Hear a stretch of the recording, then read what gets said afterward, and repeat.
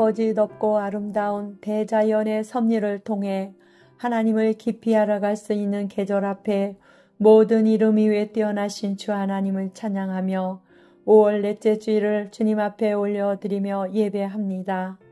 5월 한 달도 가정들이 건강한 가정, 행복한 가정으로 지켜주신 줄 믿습니다.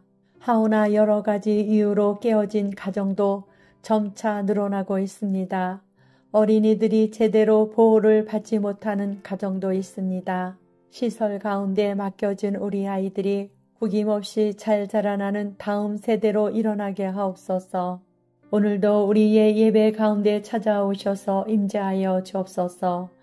신령과 진정으로 올려드리는 하나님께서 받으시는 예배 되게 하옵소서.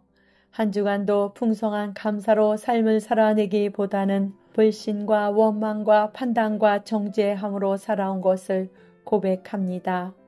연약한 우리의 죄를 용서해 주옵소서. 늘 같은 죄에 빠지는 저희들입니다. 이 시간 주님의 보혈로 덮어 주옵소서. 가정의 달 5월 가운데 총체적 위기 상황의 대한민국을 위해 기도합니다. 나라가 침몰해 가고 있는 것을 감지 못하는 한국교회를 불쌍히 여겨 주옵소서. 회개의 메시지가 환영받지 못하고 복음이 불편하게 여겨지는 사회, 분위기에 따라 복음을 전하지 않는 한국교회를 용서해 주시고 주님의 보혈로 한국교회를 씻어 주옵소서. 한국교회가 다시 일어나도록 성령의 불로 임하옵소서. 마지막 시대의 물질의 풍요와 영적인 빈곤 상태에 있는 교회들이 회개하여 순종의 길로 돌이키게 하옵소서.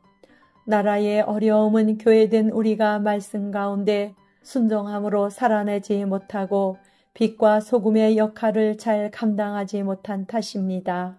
주여, 곧 있을 대선 가운데 거짓과 선동으로 국민을 우롱하는 모든 세력들과 정의로운 마음 없이 오직 자기를 위하여 대의 정치를 한다는 자들은 모두 심판받게 하옵소서.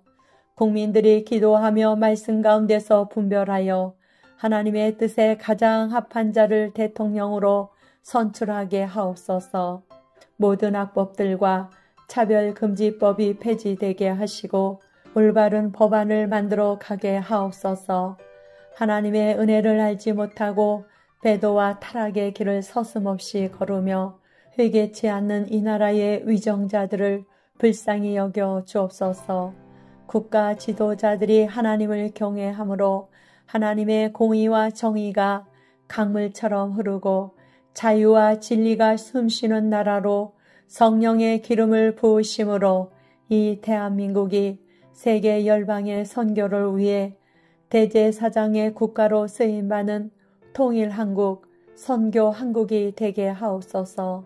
교회의 머리 되신 하나님 아버지, 이 시간 단위에 세우신 목사님을 통해 선포되는 말씀 가운데 하나님 역사하여 주시고 주님의 음성으로 듣는 시간 되게 하옵소서. 한 주간도 말씀을 통해 역사하시는 주 하나님과 동행하며 승리하는 삶을 살아내게 하옵소서. 대선 가운데 주 하나님께서 불꽃같이 지켜주시고 반드시 승리의 개가를 부르는 자유 대한민국이 제2의 건국으로 일어나는 선거 되게 하옵소서. 예배 가운데 역사하시며 영광 받으시기에 합당하신 우리 주 예수 그리스도의 이름으로 기도합니다. 아멘.